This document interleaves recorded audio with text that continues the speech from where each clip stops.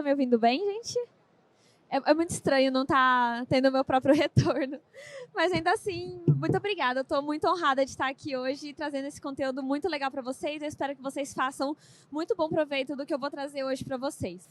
Bom, como foi dito, eu vou falar sobre segurança no front-end. Vamos entender um pouco mais o que nós, desenvolvedores, podemos atuar nessa área que é tão importante no quanto o nosso mundo está evoluindo, o que podemos fazer para melhorar cada dia nosso desenvolvimento. Eu espero que o conteúdo seja muito rico e aplicável para vocês. Mas eu vou começar primeiro me apresentando. Meu nome é Larissa, sou natural daqui de São Paulo. Atualmente estou como desenvolvedora sênior do Grupo Boticário. Tenho cerca de 8 anos também de atuação, 9 anos de atuação na área de tecnologia, desenvolvimento. Sou graduada em jogos e tenho várias outras vivências na área de desenvolvimento. Eu compartilho conteúdo nas minhas redes sociais, vocês podem procurar lá pelo @lari.sazevedo, que tem muito conteúdo principalmente sobre programação front-end e início de carreira em tecnologia. E eu também amo absolutamente tudo referente a gatos, leituras e diversos outros hobbies, inclusive aquele lá é meu adesivo. Quem quiser falar comigo depois, pode pegar o adesivo aqui junto comigo, beleza? Mas vamos lá, vamos começar entendendo essa questão de segurança nas aplicações web, respondendo 3 perguntas do nosso tema para entender mais essa introdução. Por que a gente deveria proteger as nossas aplicações no front-end? Normalmente a gente já está habituado a ver algumas vezes algumas empresas que acabam tendo as suas aplicações invadidas, seus dados roubados. Quando a gente mesmo percebe esse tema, a gente já vem à mente algumas empresas que acabaram sofrendo com isso. E é essa justamente a intenção que a gente não quer para a empresa que a gente está trabalhando. Então, essa proteção não é apenas para os dados da empresa, mas também para a nossa carreira, digamos assim. Porque, afinal de contas, são os nossos dados que também estão ali expostos. Muito importante a gente assegurar que o nosso usuário e também a gente navegue em uma aplicação o mais segura e tranquila possível. E onde que o front-end tem a ver com isso? O front-end ele é a camada ali onde tem a maior interação com o usuário, a parte de entrada dos dados. Então, é nesse momento em que a gente tem que tomar muito cuidado com os dados que a gente está recebendo, a gente está entrando na nossa aplicação, antes de fato, jogar isso para o sistema e isso ser até desastroso. Por isso que o front-end tem a importância nessa questão de segurança. E de quem, além do front-end, é a responsabilidade de segurança na aplicação? Muitas vezes a gente pensa, não, isso deve ser serviço de um back-end. O front-end a gente viu agora qual que são as coisas que ele pode atuar. Mas também está todo o time de desenvolvimento envolvido nessa questão. Por exemplo, se o back-end está tratando os dados que são recebidos ali no banco, o front-end está tratando a parte de entrada. O QA vai validar juntamente com o time para garantir que nada esteja fora do comum. O PO também tem essa função, o designer também tem essa função, justamente de ter todo o monitoramento a todo momento de desenvolvimento da nossa aplicação com questões de segurança. Mas hoje a gente vai atentar muito nas questões do desenvolvimento mesmo, ainda mais front-end. Mas vamos começar trazendo aqui uma fonte muito interessante sobre isso, que é a OWASP. Que é o OWASP, que é a Open Worldwide Application Security Project, que são basicamente um repositório público, sem fins lucrativos, falando sobre quais os materiais que a gente pode utilizar para saber a respeito de segurança. Então, se você quiser uma fonte confiável, repleta de conteúdos voltados para a segurança, é a OWASP que você tem que buscar. Inclusive, é da OWASP que eu puxei o top 10 de vulnerabilidades mais enfrentadas no front-end, que a gente vai explorar um pouquinho e entender como que a gente pode se proteger delas. Então, vamos começar aqui. As principais ameaças de segurança que nós front-ends acabamos enfrentando. Eu puxei da OWASP do top 10 algumas dessas vulnerabilidades que a gente vai destrinchar um pouco aqui hoje. O cross-site scripting, a injeção de SQL ou injeção de código, a quebra de autenticação e de sessão, os ataques de força bruta e as vulnerabilidades de configuração. Nós vamos explorar essas vulnerabilidades justamente que estão no nosso top 10 já tem algum tempo e que também são as mais cruciais para a gente entender como se proteger desses ataques. Vamos começar, então, pelo XSS ou o Cross-Site Scripting, que é quando a gente faz a injeção de código malicioso no nosso navegador, no navegador do usuário, justamente para roubar dados de autenticação ou ter uma manipulação ali do que acontece no nosso navegador. No exemplo que eu trouxe aqui, a gente teria um campo de input utilizando os dados para colocar ali na URL e trazer os resultados do nosso site. No caso ali, a gente viu que ele trouxe qual é o resultado, ele imputou na URL qual que é o valor que a gente colocou e vai trazer os resultados logo em seguida. Mas aí, como que o XSS atua nessa questão? Quando a gente coloca um script dentro de um campo de texto na qual não está protegido, ele executa aquela função e já dá uma ideia para a gente de como ele pega os dados do nosso usuário, ele coloca código que não deveria estar executando na nossa página. E isso daí é uma coisa muito perigosa que a gente está permitindo que o nosso site faça. E para a gente evitar o XSS, a gente vai fazer o seguinte. Nós vamos colocar a função de sanitização dos dados dos nossos inputs em todo o formulário que a gente tiver na nossa aplicação. Dessa forma, no caso eu trouxe ali um exemplo de uma função chamada encode URI component do JavaScript, na qual ele vai pegar todos esses componentes, toda essa string do nosso código que não deveria executar e vai quebrar todos os caracteres que podem ser entendidos como de funções e vai deixar nosso formulário muito mais seguro dessa forma. Quebrando os componentes, por exemplo, as aspas simples, as aspas duplas, as aberturas de tag, a gente não consegue deixar o browser entender que isso são funções e, consequentemente, a gente se protege desse tipo de ataque. Antes da gente pular para o próximo tipo de ataque, vamos dar uma olhada na questão de autenticação e autorização, que também são alguns ataques que a gente pode estar vulnerabilizado quando a gente não dá a devida atenção para os dados que estão no nosso usuário, na nossa aplicação. Mas vamos primeiro falar sobre dois carinhas que são muito necessários, que como nós somos front-ends, a gente acaba tendo um certo contato com eles, que são os cookies e os tokens. Em uma escala de segurança para salvar os dados no browser do nosso usuário, os tokens acabam se sobressaindo nessa questão, justamente pelo tamanho que eles armazenam e como que a gente faz para poder acessar de fato esses dados na aplicação quando a gente precisa deles.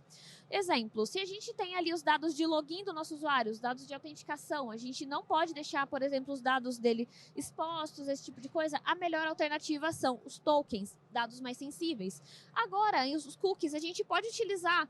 Vamos garantir que o nosso usuário ele fez a autenticação dele. Vamos deixar armazenado um determinado hash que só de você olhar ali, você não entende muito bem o que está acontecendo, mas ele está armazenando informações de login. Então, nesses cookies, os dados menos importantes, digamos assim, que a gente precisa armazenar em determinado momento da aplicação, ficam melhores armazenados nos cookies. Já os dados mais sensíveis dos usuários, a gente deixa armazenado nos tokens. Essa questão é bem importante para a gente saber. E agora vamos falar um pouquinho de um próximo ataque, que seria o de CSRF ou o Cross-Site Request Forgery. Que é quando a gente tem esse tipo de ameaça, quando um invasor consegue injetar o código, mais ou menos da forma do XSS, só que nesse caso ele vai roubar os dados do usuário, por se tratar muitas vezes. Sabe aqueles sites que falam, aqueles e-mails que você recebe falando, nossa, você tem que fazer tal coisa em determinado banco, site do banco.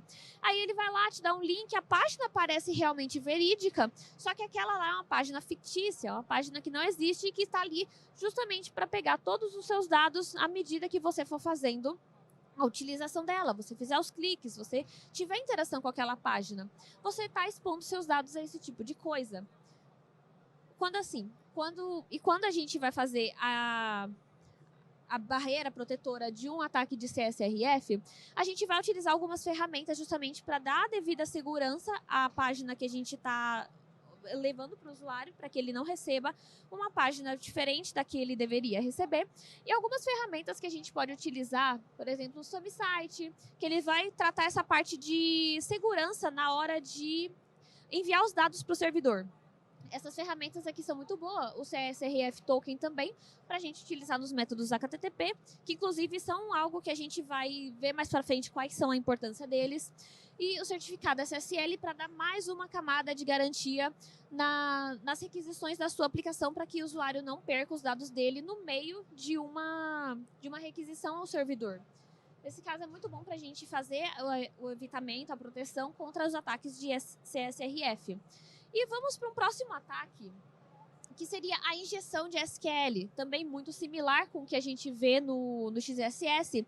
Essa aqui seria a injeção de comandos de SQL quando a gente está fazendo acesso a um banco de dados.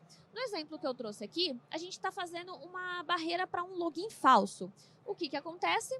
Ele está colocando uma condição que seria retorno de verdadeiro, digamos assim, 1 mais 1, então ele retorna automaticamente e ignora o resto da query. Se a gente deixar isso passar no nosso banco de dados, a query vai tornar verdadeira e vai trazer todos os dados do usuário. Esse tipo de coisa a gente também precisa evitar. E a gente faz o evitamento da injeção de SQL, também fazendo toda a sanitização dos dados e dos métodos que a gente está utilizando para fazer as chamadas. E também tem uma coisa que eu trouxe aqui sobre limitar os privilégios do banco de dados, que também já entraria no ataque que a gente vai ver daqui a pouco. Justamente porque se uma pessoa tem um determinado acesso ao banco de dados e aquele acesso ele não é usado para bons fins, a gente também tem como ter a injeção de SQL nesse caso. Por isso que a gente vai ver mais para frente como a gente se prevenir disso. Mas antes vamos falar daquele também, o ataque de força bruta. Esse ataque de força bruta, muitas vezes a gente já conhece como aquele ataque em que vai ficar tentando até dar certo as tentativas de login e senha nos dispositivos que o usuário tiver. Nesse caso, ele vai ficar tentando as senhas desde as mais fáceis até as mais óbvias, digamos assim, porque as senhas mais fáceis, como já estão ali, password, 123456, do 1 até o 8, um password com uma letra a mais, a menos, minúscula, 123, tipo, senhas muito fáceis são as que são tentadas mais frequentemente, além de usuários também não configurados, como por exemplo o usuário admin. Isso é muito passível de acontecer e a gente tem que fazer o evitamento desse tipo de situação da seguinte forma. A gente evita os ataques de força bruta limitando a quantidade de vezes que a gente pode interagir com os formulários de login na nossa aplicação. Isso daí pode ser uma coisa que vai irritar muito o usuário quando ele estiver utilizando o software. Por quê? E não vai irritar somente o usuário, mas vai irritar o hacker também. Porque se você tentou, vou fazer o login a primeira vez, não deu certo, espere 3 segundos, vai tentar de novo, não deu certo, espera 10 segundos, não deu certo, espera 1 minuto, espera 3 minutos, 1 ano, 5 anos, só para você tentar fazer o login na aplicação. Além do hacker ficar irritado, o usuário também vai ficar. Mas ainda assim é melhor ele ficar irritado por não lembrar a senha dele e colocar uma senha mais fácil de lembrar, ou pelo menos mais segura, do que o hacker ficar tentando invadir por ataque de força bruta, descobrir a senha dele e acessar o sistema, sendo que não é o que ele deveria fazer. E agora sim, a gente vai ver a questão que eu mencionei antes, que é sobre a vulnerabilidade de configurações. Agora sim. Sobre vulnerabilidades de configuração, quando a gente dá um determinado acesso a uma pessoa que não deveria ter esse acesso e permitindo assim que essa pessoa invada, pega dados que não precisa ter ou que faça alguma coisa que não deveria fazer, justamente por causa do acesso privilegiado a ela. Quando eu falei do ataque do banco de dados, injeção SQL, é justamente aquela permissão que aquela pessoa não deveria ter de pegar os dados que ela não deveria pegar, justamente por um privilégio a mais que ela tem. E por isso que, para a gente fazer o evitamento dessas vulnerabilidades de configuração, a gente vai fazendo sempre a verificação se os usuários que têm acesso ao banco hoje são as pessoas que realmente deveriam ficar. Muitas vezes a gente se pega, por exemplo, será que eu ainda tenho acesso a determinado sistema de uma empresa que eu já trabalhei há muito tempo atrás? Eu já fiz esse teste. Se você fez esse teste, você vai ver se a segurança daquela empresa é boa ou não. Justamente, se você ainda tiver acesso a alguma coisa ali dentro, pode ser que a vulnerabilidade aí e a empresa tá volatilizando o acesso a alguma coisa deles ali internamente. Justamente, e o período que isso daí deveria ser realizado? O máximo de tempo, o mínimo tempo possível de intervalo. Podem ser 2 semanas, pode ser 1 mês, 6 meses, vai depender da empresa. Mas justamente para garantir que as pessoas que ainda estão trabalhando lá, ou as pessoas que deveriam ter determinados acessos, determinados privilégios, também tenham o determinado acesso. Muito bem, agora a gente vai voltar a entender um pouquinho sobre autenticação e autorização para entender como a gente pode prevenir ou deixar mais segura essa questão do nosso usuário. E eu trouxe aqui também que o básico funciona. Justamente, a gente não precisa ter mirabolantes ideias ou fazer coisas muito avançadas para poder conseguir proteger a nossa aplicação. E principalmente falando de dados de autenticação do nosso usuário. Coisas que a gente pode fazer: manter as mensagens de erro genéricas. O usuário não precisa saber qual é o dado que ele colocou ali naquele aplicativo de relacionamento, que de repente o cônjuge dele tem acesso. De repente, será que ele tem um login cadastrado nesse determinado aplicativo? Vou testar ali. Aí a mensagem de usuário traz, a mensagem de erro traz: o usuário tem o acesso, mas a senha está incorreta. Já deu uma baita de uma vulnerabilidade aí. Comprometeu não somente os acessos da pessoa, mas também comprometeu a privacidade. Privacidade também é uma coisa que a gente tem que levar em conta. Mas vamos hoje tratar de segurança. Os CAPTCHAs e os Multifactor Authenticators, eles também são bem importantes para proteger justamente o acesso do nosso usuário à aplicação. Por mais que seja uma coisa também relativamente chata do usuário ter que fazer, levar para um outro aplicativo, ter que fazer várias etapas para realmente confirmar que é ele, que nem o Google comumente começa a fazer com a gente. É uma questão de segurança também para alertar o usuário se de repente acontece algum ataque indevido. Justamente, não vai expor qual que é o problema, mas vai alertar você que alguma coisa não está certa. Os níveis de acesso bem gerenciados também são questões que a gente precisa levar em conta. Justamente, acessos, privilégios de quem não deveria ter nas aplicações.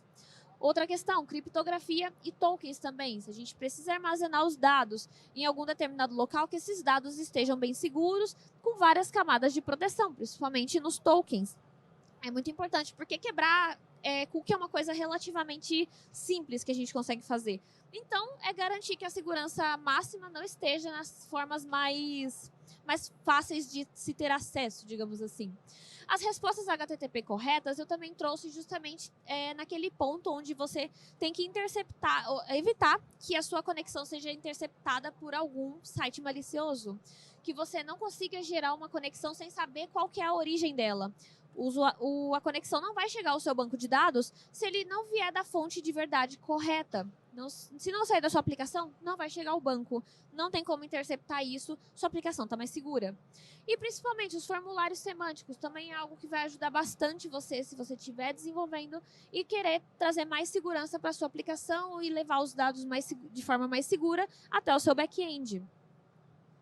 Agora vamos ver aqui algumas ferramentas e ações que você pode ter como aliadas para você trazer o seu desenvolvimento bem mais seguro quanto você puder.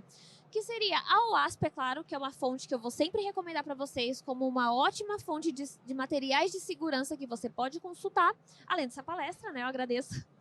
As ferramentas de teste de segurança que você pode utilizar nas suas aplicações, eu trouxe a OWASP Zap e a Nmap, que são ferramentas open source para você utilizar, o Burp Suite e o Nessus. Essas aí não são open source, mas você consegue também utilizar para fazer varreduras de segurança nas suas aplicações à medida que forem necessárias.